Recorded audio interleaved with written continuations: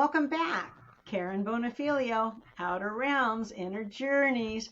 We have a returning speaker today, and it's Soodabeh. And I'm so excited to have her. She just has the best energy. And my dogs are getting really bad manners. So we're going to try to ignore them. And maybe she'll leave me alone. Okay, so let me tell you a little about Soodabeh, but I'm going to yell at my dog. Stop it. Stop it. She wants me to play with her. Gosh. Soodabeh started working with angels in 1998 when she was searching for answers to help her heal from trauma that she had experienced when she was young. She had a vision of her brother's death the day he passed away in a car accident. But at that time, she didn't know if it was a vision, and she had the ability to connect with spirit world. So we will start with that, but I want to tell you a little bit about her. She is a motivational speaker and Amazon best-selling author of Emerging You and the memoir Angel Nightingale. She's also a holistic registered nurse, a Reiki master teacher, and certified hypnotherapist with over 40 years experience in many healthcare settings. So I think she knows what she's talking about. And we're going to talk about end-of-life care and those kinds of things. So Soodabeh, can you start with telling us about the vision that you had? Yes, thank you, Karen. I really appreciate you creating this platform and asking these type of questions because especially about transition is not that much information, but we are getting there. So I really appreciate your willingness and creating this platform for everyone. The my vision about my brother happened in um, July of 1990. I was living in Iran, and my husband had already moved to America 3 years prior to that. Oh, I was living with my mom and my two children. My daughter was about 2.5 years old, and my son was almost 6.5 years old. My daughter had the habit that I had to literally hold her and soothe her to sleep. And that was the only way that she would fall asleep. I was a nurse. After a long day of work, I came home and I was in my bedroom and holding my daughter in my arms and trying to soothe her to sleep. And in a moment of just dozing off, I saw it felt like I slept and I had a dream about a dead body of a man. And the only thing that I could see that made me think about that this is a dead body is his eyes was closed, and I could see the receding hairline that said that this is a man. It looked like a man that I couldn't really identify whether it was my brother or my husband or who else.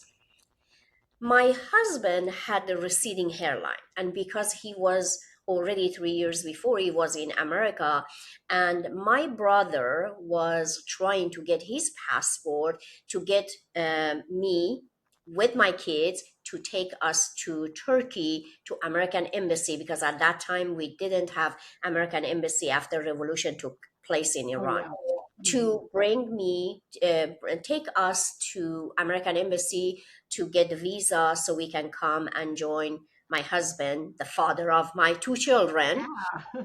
That and for me, I never thought about that a dead body could have been my brother. He had a receding hairline. But the moment that I saw that and I opened my eyes and I thought, oh my God, that means that my husband is gone. That must have been there. It was so emotional for me and such a nerve wracking experience that I have never had prior to that. I didn't know anything about the spirit world. I know that people die and go to heaven. That's all I needed to know. That, and as a kid, when we were kids, we talk about ghosts, nothing about. So I was always afraid of ghosts, and I never thought anything like that I could experience or understand it at that moment. It was like 3, 4 o'clock in the afternoon, and as I said, I was living with my mom, and my mom was out, and she came home, and I started, after I put my daughter to sleep, I was cooking dinner.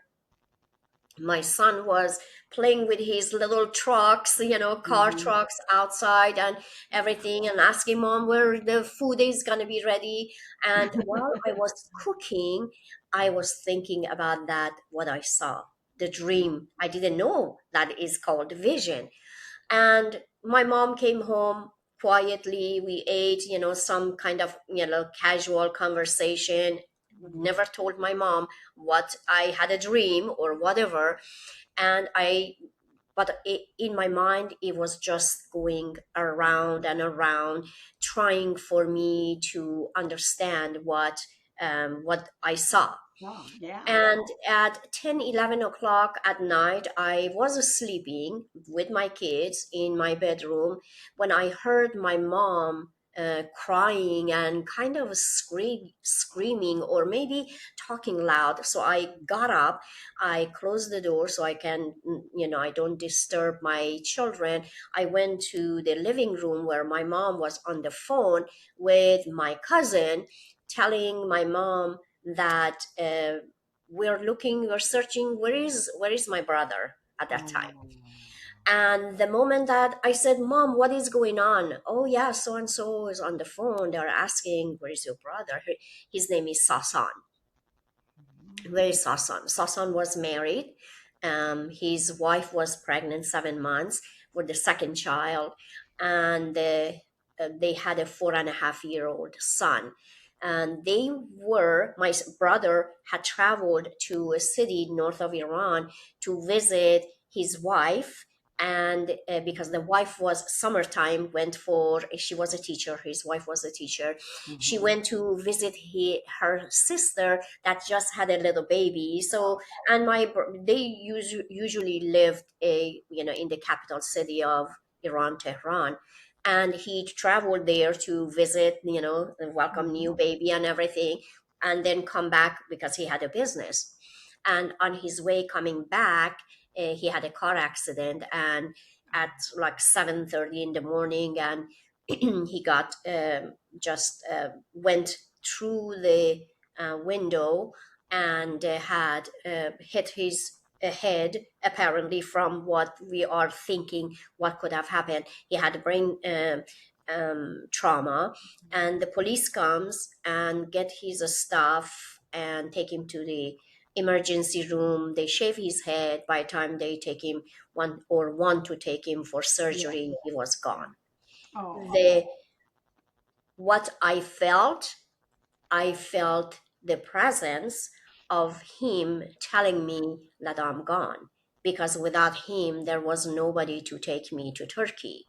So whether Yeah. it was my intuition picking up that, whether it is my brother came to me to say, I am sorry, I'm gone, you are on your own, whatever happened, that was the vision that shook my foundation.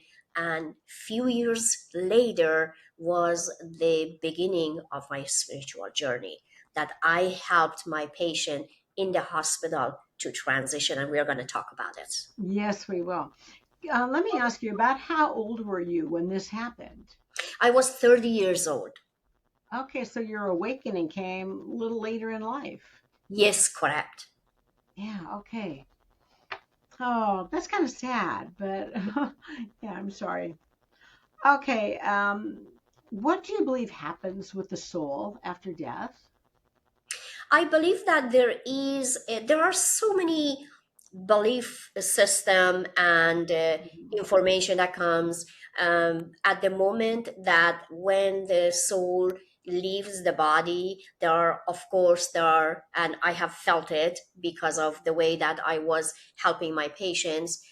And there's so the angels, the loved ones from the spirit world come and greet the person in transition, and they literally escort people to what we call it, to life, to light. I'm sorry, it is life on the other side. Yeah. That is the good thing, because I channel when I speak. Yes, to take for the new life, the new beginning in the spirit world. And I get goosebumps because I channel when I speak, because I communicate with angels as I explain things as well. So when they leave their body, at that moment, when they see their loved ones, their spirit, the angels, that they are escorting them, and they have a choice to say, if they are our time, if it is our time, let's just say that, if it is our time, we are going to say yes to the light, and we are going to transition and go to learn and start our new journey as just this soul that we are, being of light. If there are some people, as we have heard, that near death experience, it means that their time to transition is not then for some reason. They are in that moment of transition, but at that moment, those certain individuals, those certain souls are being given a choice of, this is not your time to die, it's not your time to transition. Are you ready to transition, or do you want to go back?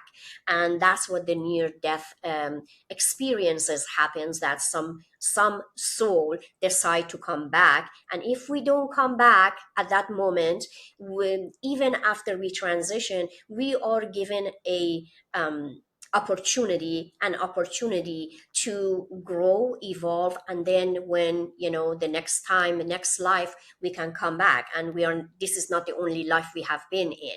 So we come life after life after life. I hope I answered your question. I go Oh, into explaining that you, how it happens. We you, transition and we stay in the spirit world so we can grow and evolve. no, you answered perfectly, and I absolutely understood what you were saying. So this leads me to believe that you may believe in reincarnation. Yes, correct. I Okay. grew up in a family that believed in reincarnation, but I didn't know the whole concept of it until many years that I was in my 30s and almost 40.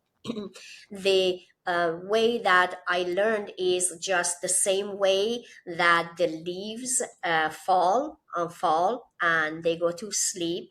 That is the transition, and I'm getting goosebumps again because they are bringing that memory to me.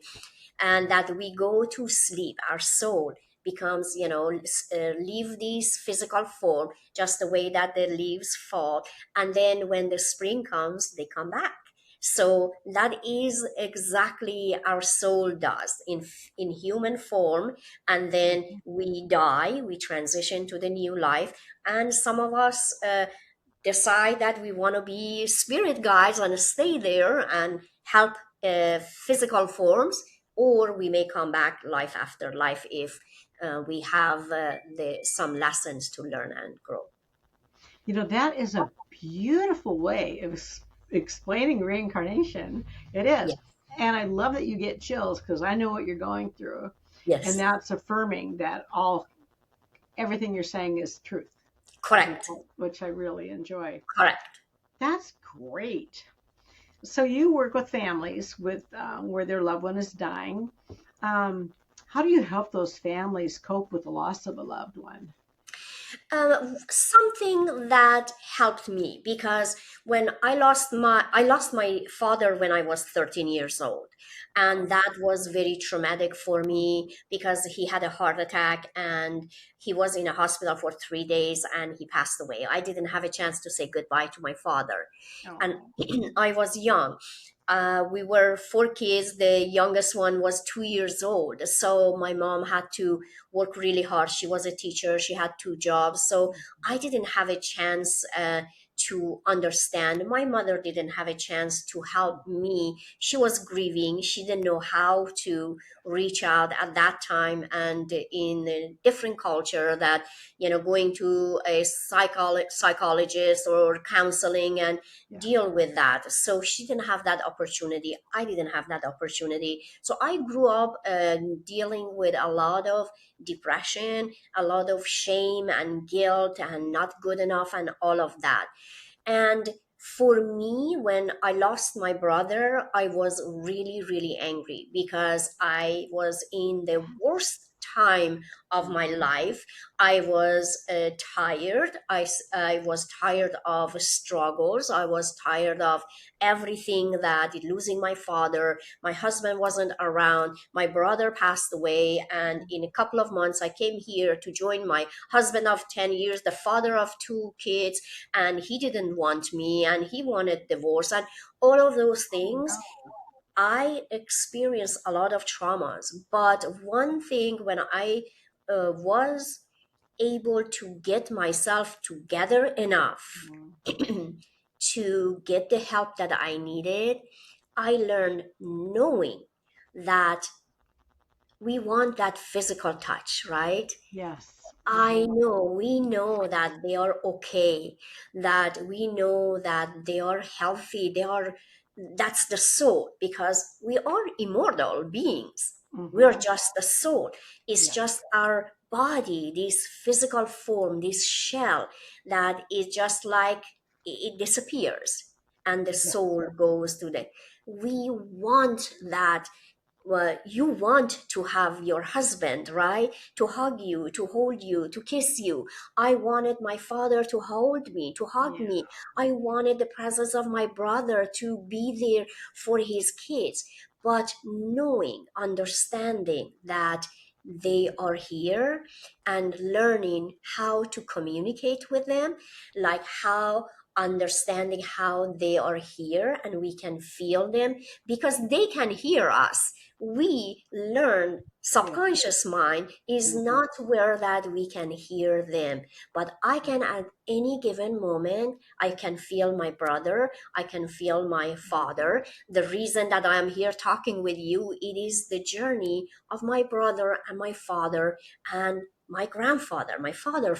Hmm. So we have that opportunity when we understand that, yes, I miss my loved one Yes. and I want their physical being here, but I can hear them and they can hear me. Mhm. Once that was um, just, I learned that, and then I felt comfort and peace on how to be able to get through it.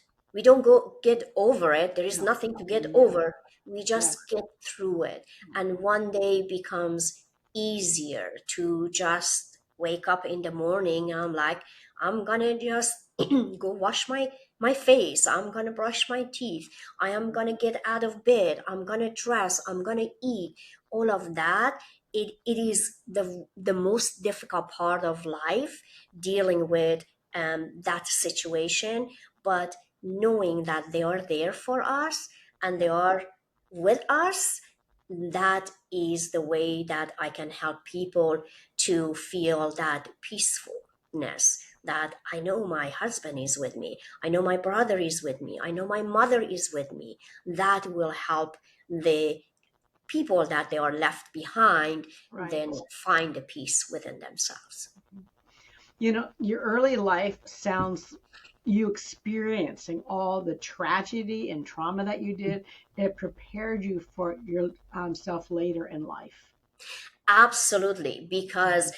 I had a very traumatic childhood and very volatile. And after revolution took place and I was captured, I was tortured, I was beaten into a coma. So when the war happened, 8 years of war, and I was a nurse taking care of patients and everything, there Mhm. were a lot of learning lessons for me, Yes. that we call it challenge, we call it roadblocks, we call it a struggle, and it Mhm. is painful. because in physical form it is painful. But also what I learned working with angels to understand that even though we have the gift of free will to make the decision which direction to go at any time, but Hmm. also the creator created these light beings that we call angels to be with us, that we talk about it the last time in our Hmm. and in the podcast. Yes. And the angels are here to help us. For me, Oh, knowing that yes. I have angels and I have my loved ones around me, it gave me that peace that I can move forward in life. I so understand that. And I love knowing that we have our angels and our heavenly team there to support us. I do miss the physicalness, the Yes, physicality of my husband and my parents. But I yes, know they come to me. And I am hoping that more people can tap into and learn those skills so they can have the same comfort and peace too. yes, yes, Yeah. 100%. Once we learn about that, they are not far from us. Yeah. The physical form ones, I wish that my dad was here and I could really hug him because, Hmm. I don't know.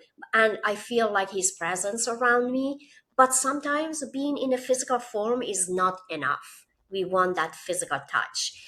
But knowing that Hmm. mentally that he's here with me, is Yes. one here, they are all here. Hmm. And that helps me to ease my pain. Yes. You're bringing me back a lot of memories right Mhm. now.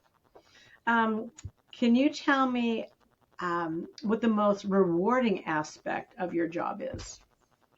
The most aspects of rewarding my job, and that when I take care of myself enough to provide that space, Uh-huh. that place, so my patients can feel 100% of themselves.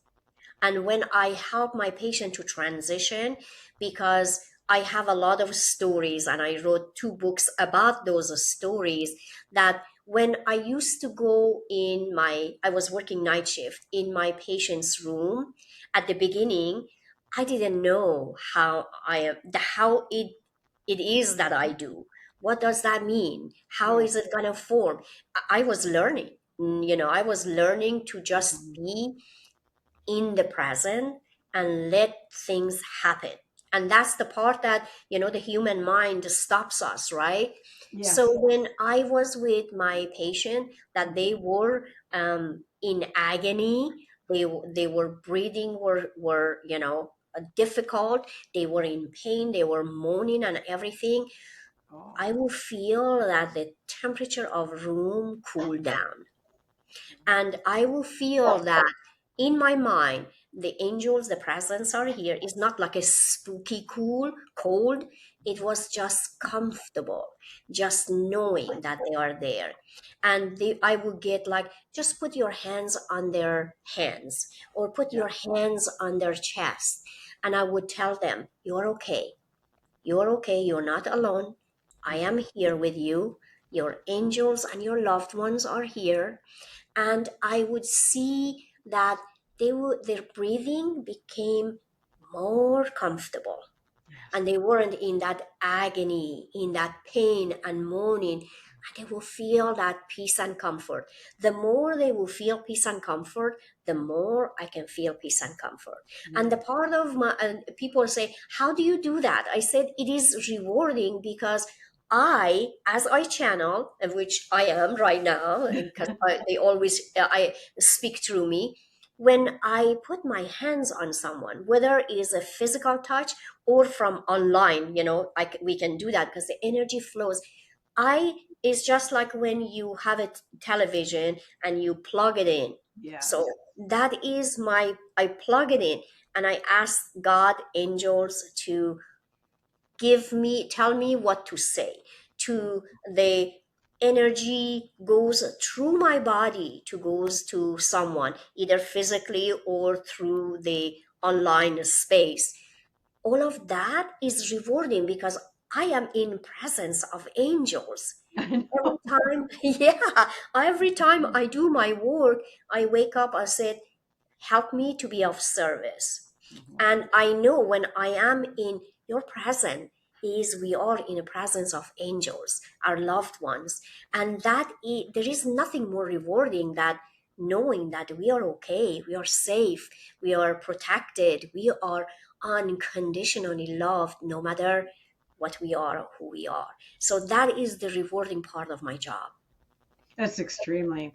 And you can do this remotely too, so people could Yes, contact you if someone was near end of life. yes, correct. Okay, that's nice to know. That's nice. Gosh, I this can, is a hard I can topic for me today. Yes, I can also teach people how to do that because I don't have to be there specifically. It's just when we have a loved one.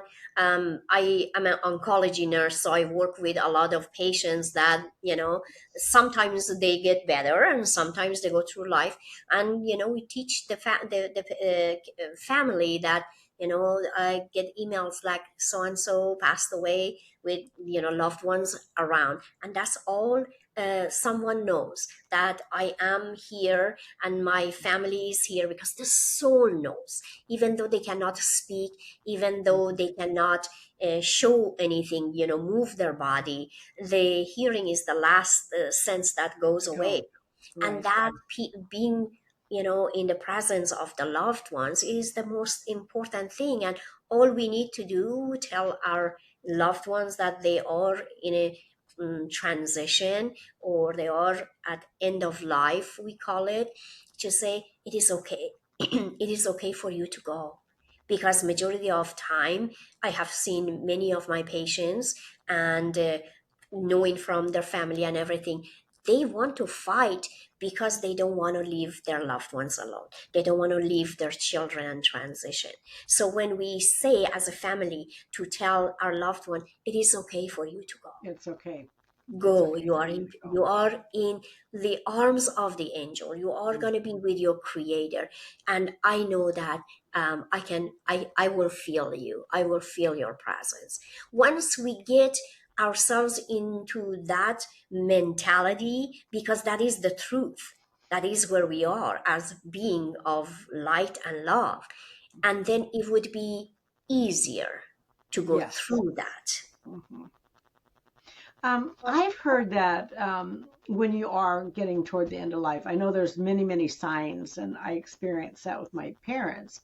But I also heard that the soul will leave the body and come and go during that time too, before they finally exit. Yes, that's a great question, actually. I remember with my grandma, I wasn't present, but I heard that my grandma tried to transition several times, and every time she wanted to, my aunt, my mom's sister, would scream, Oh, "No, don't go." So that jolt, that took her takes back. the, yeah, pulling back. But once they see the light, and once they see the presence of God, the presence of angels, the presence of that beautiful unconditional love, and they just go. It's just like, I am home. I Yes. am home. We have to Yeah. just allow that for them, rather than screaming, crying, and no, don't go. And they linger a little bit. That what we do is prevent them from that peaceful transition that they need to have. Yes. Oh my gosh. Okay. Um, I don't think you have an emotional toll of your work. I just think you find it beautiful in the work that you do. Yes, Would that be yes. correct? Okay. Absolutely. That is the thing about my job that is just truly fulfilling, Hmm. because I have always loved, I have been a nurse for 42 years now. I have always loved my job as a nurse, whether helping someone to save their lives or help them to transition, Yes. either way. I thought that I was just born to do this. And now, for the past 20 plus years that I know that this is really my life purpose. So I Yeah. wake up knowing that I'm serving a better purpose, a more fulfilling life, that the more that I help and serve other people, the more I feel. So it is like a beautiful harmony of, Right. giving and receiving. It's not about the money aspects of it. It's Right. about giving love and receiving love, and that's how I feel. I think it all boils down to living a life of service in Yes. whatever you choose to. Yes. Yeah, wherever you're led. Okay. Um, Now, the family members or even the patients, Mhm. how do you help them cope with fear of death? Because I know that some people are scared to die. They don't know Yes. what awaits them. Yes, definitely. Um, when I have talked with some of my patients, because I did a lot of end of life transition before as well, when in a home health setting, palliative care, that I would help them to go to hospice, transition to hospice, and from them, go for end of life. And I have great stories. I just feel one of my patients that she passed away and I helped her, and she didn't want to go to hospice. Some of Oh, Yes, she didn't, even though she actually, it was around this time of the holidays that and was and she told me, Soodabeh, I just don't want to do that. And one of the reason that I am sharing this, because she shared with me, was um, her husband, his previous wife died of cancer, and now he had to deal with his second wife to die from cancer. And she wanted to stay, and I get goosebumps. She wanted to stay for him. yes. She was grieving for him. That is why she didn't want to go.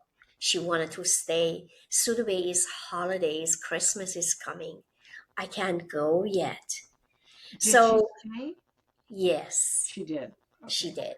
I was able, I got goosebumps. She's telling me, thank you for sharing my story.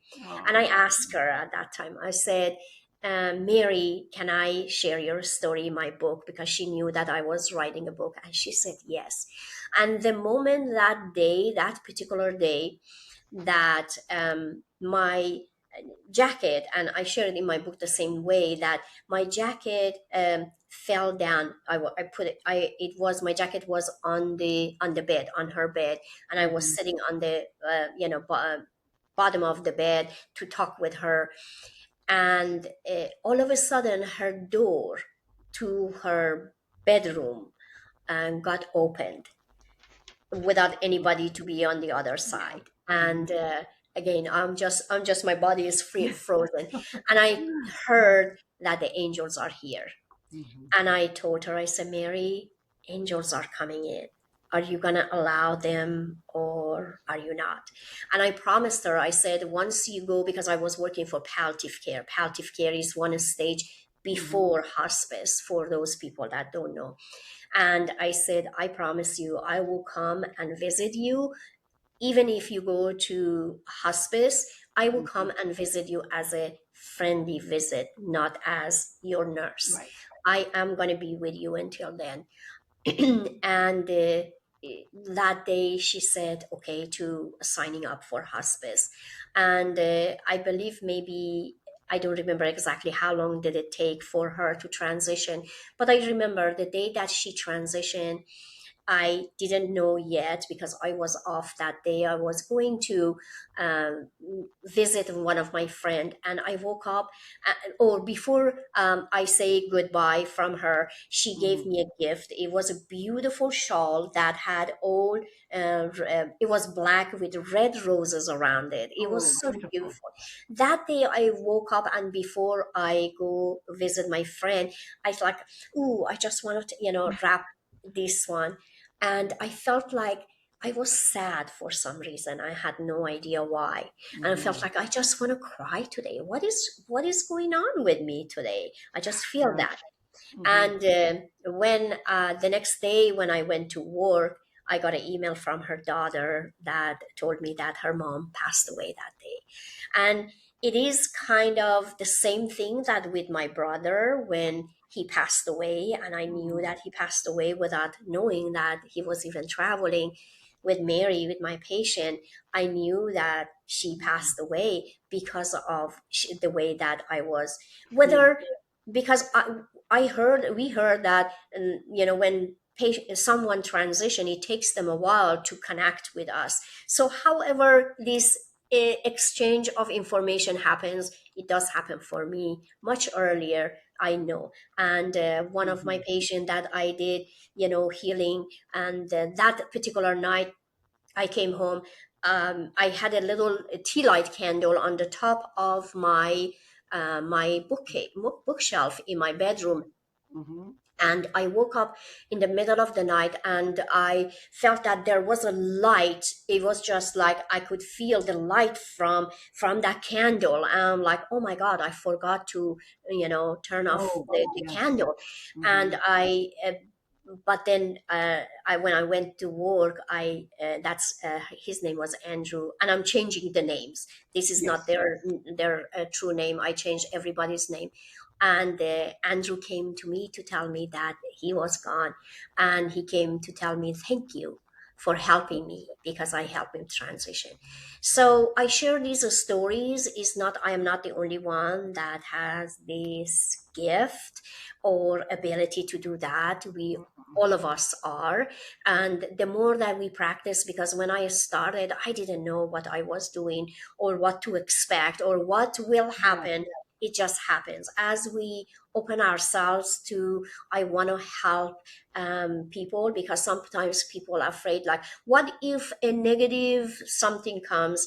I have never experienced that because Mm-hmm. I always ask God, I always ask angels to protect me. So everything that comes in my Mm-hmm. space is of God and is Mm-hmm. of spirit, is of unconditional love Right. and light that it is. So for people that feel afraid, and just there are lots of ways to learn to ask God, ask angels, ask universe, whatever that, not everybody believe in God, and it is okay. I'm not judging. Right. And whatever that our belief system is, just there is immense uh, reward about that. Whether, for you to be there with your parents, what an honor. It And with, was. It was. yeah. Mm-hmm. So there is a immense reward with it when we do that, when we serve, whether it's our parents, our loved ones, or somebody else's, family member. Mm-hmm. I want to ask one more question, then touch on a couple things. What was it? What have you learned about the human spirit through your work? Human spirit is resilience. Is resilient. Mm-hmm. And we are here, as tough and hard that life could get sometimes. Mm-hmm. Our human spirit is resilient. We go through it. Mm-hmm. At the moment that we are experiencing all of these life, Yeah. it's sometimes it is difficult, because even though we are these powerful souls, we are these powerful spirit, we still live in 3D reality, in Yes. physical form. That is the difficult part of it. It is. It really is. Hmm. Yeah. Um, so I know that you have the class on angels. Mhm. Do you offer other services too? I do many different services because I'm a certified hypnotherapist. So I Hmm. help people with mindset and mind shift, because of actually angels told me, gave me a message that I need to go and learn about hypnosis so I can go. Because what happens with the mindset, if our subconscious mind does not believe or is not it does not allow to communicate with our loved ones, we cannot hear them. So that Right. is the hypnosis, that the subconscious mind work that I do with my clients, so they can hear their soul, so they can communicate with their loved ones, so they can hear their intuition. And that is what I do. I combine the power of subconscious mind, which is hypnosis, and with the spirituality, connecting with the angels. And I have a actually 12-month program membership program that is called Manifesting with Angels. And manifesting means like whatever that we want. Do you want health? Do you want wealth? Do you want communicate with your loved ones? That is. But these two very important, so we can feel the presence of our loved ones in this physical form, and become peaceful and feel fulfilled where we are in life, no matter what it is. Wonderful. I think that's going to resonate with a lot of people. And we will have your links below so people can find that. Is there anything else you would like to tell the viewers before we get off?